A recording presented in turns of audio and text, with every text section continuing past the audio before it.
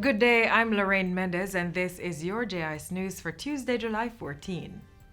The Ministry of Health and Wellness is assuring that it will continue to test all suspected cases of COVID-19 in line with its own surveillance protocols and WHO guidelines.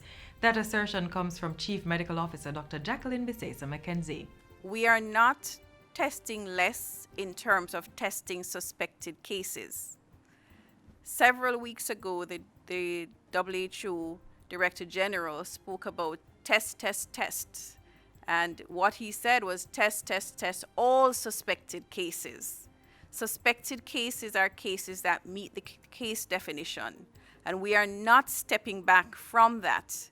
We are ensuring that all persons that have respiratory symptoms or other symptoms suggestive of COVID-19 are tested. Dr. Bisesa-McKenzie was speaking at the Health Ministry's recent virtual media update. She explained that the ministry was cutting back on the wholesale testing of persons who arrive in the country with no symptoms. This, she said, was so they could maintain the supply of testing reagents, testing kits, and swabs necessary to manage cases effectively. We need to have those capacities, and we would put ourselves at risk. We cannot afford to utilize our resources at the ports of entry, testing persons that have no symptoms, while it is that within country we have cases popping up, we're not able to manage our outbreaks. Meanwhile, 107 additional community health aides will be employed to assist in the continued fight against COVID-19 in St. James. Minister of Health and Wellness Dr. Christopher Tufton made the announcement at a recent COVID-19 sensitization session held at the Norwood Basic School in Montego Bay. He says these health aides will boost the existing cadre of workers carrying out active field surveillance in the parish. Over the past 6 months, 200 temporary health workers have been employed in St. James at the primary level to fight dengue and COVID-19. More than 35,000 visitors have vacationed on the island since the phased reopening of the tourism industry on June 15. The latest tourism figures were announced by Portfolio Minister Edmund Bartlett during a press briefing last Friday. We expect to have another 30 or so thousand at the end of July. And that would bring us somewhere in the region of about $80 million foreign exchange. And that's a start. The island's borders were closed to international guests on March 24 as part of measures to contain the spread of COVID-19. Minister Bartlett says the tourism industry COVID-19 protocols, which were developed to safeguard workers and visitors, will be reviewed periodically to ensure the processes follow prescribed prevention guidelines. The Ministry of Labour and Social Security has acquired 2 mobile units to bring its services to underserved communities in rural areas.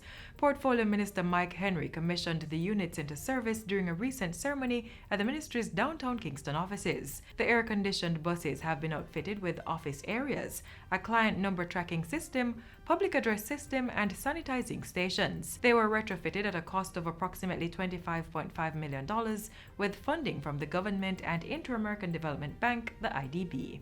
The ministry is now able then to deliver to the essential services offered remotely to citizens located in every nook and cranny.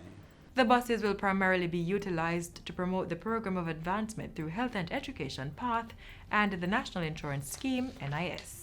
Meanwhile, the Labour and Social Security Ministry is also retrofitting a mobile unit to deliver the services of the Early Stimulation Program to children in rural communities. Permanent Secretary Colette Roberts-Risden says the bus is being specially retrofitted so a physiotherapist can do assessment of the children with disabilities. It will also allow for conducting sessions with the parents to teach them how to stimulate the motor skills for children with disabilities. The Early Stimulation Program provides intervention for children from birth to 6 years old who have developmental disabilities. Its services are currently concentrated in Kingston, St. Andrew, St. Catherine, and Portland. And finally, government has set aside an additional $528 million to spend on water projects impacting more than 45,000 Jamaicans. Minister without portfolio in the Ministry of Economic Growth and Job Creation, Daryl Vaz, says the funds will complement the $795 million that has been budgeted for the Rural Water Supply Limited. A major wayside black tank program to immediately address drought-stricken communities is also underway, while the program in schools and catchment tank rehabilitation also continues while addressing both the drought and COVID-19 challenges. Minister Vaz was addressing a recent press conference to update the country on the state's efforts to ease the ongoing dry spell. Predictions from the Met Office suggest that for the next 2 to 3 months, severe drying across the island will continue. To address this, Minister Vaz says Cabinet is perusing a submission seeking emergency funding for the trucking of water to areas most affected. In addition, the island's Drought Management Committee has been revamped, and Cabinet has approved the appointment of members to the Integrated Water Resource Management Council. The establishment of the IWRMC seeks to facilitate broad-based consultation among key stakeholders for matters related to water and water-related resources. And that's it for JIS News today. I'm Lorraine Mendez. Thanks for watching.